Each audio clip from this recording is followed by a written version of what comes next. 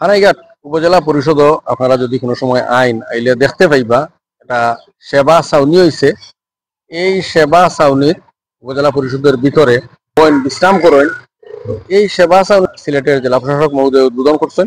আমরা এই সেবা ছাউনিটা আপনারা দেখাইব, আপনারা আমরা লগে পাব। খুবই সুন্দর এই সেবা ছাউনিটি।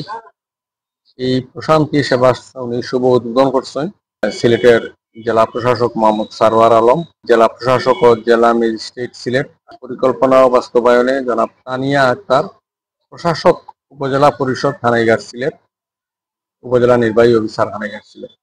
4 কার্তিক 1432 20 অক্টোবর 2025 ইংরেজিত এই সেবা ছাউনিটি নির্মাণ করা হয়েছে।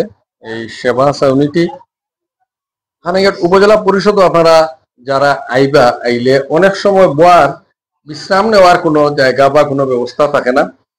তো সেই চিন্তা করিয়াও হানাইঘাট উপজেলা প্রশাসনের পক্ষ থাকিয়া এই সুন্দর সেবা ছাউনিটি এখানে নির্মাণ করা হয়েছে।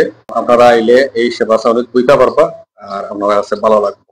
এই সেবা ছাউনির রাস্তা আছে, রাস্তাও সুন্দর। এই রাস্তা দিয়ে হানাইঘাট উপজেলা পরিষদ কমপ্লেক্সও আপনারা যেতে পারবা। এদিকে আরেকটা রাস্তা আছে, এই রাস্তা দিয়া উপজেলার যে পরিষদের মেইন রাস্তা, সেই মেইন রাস্তা তো যেতে পারবা।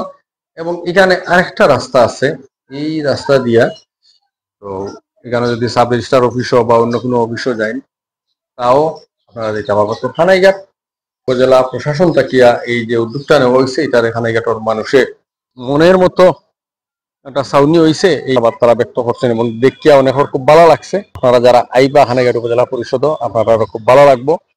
এই প্রত্যাশা রেখে আমি আলেমউদ্দিন আপনাদের কাছ থেকে বিদায় নিলাম। আপনারা ভালো থাকুকা, সুস্থ থাকুকা এবং নিরাপদে থাকুকা। সবাইকে ধন্যবাদ। আসসালামু আলাইকুম।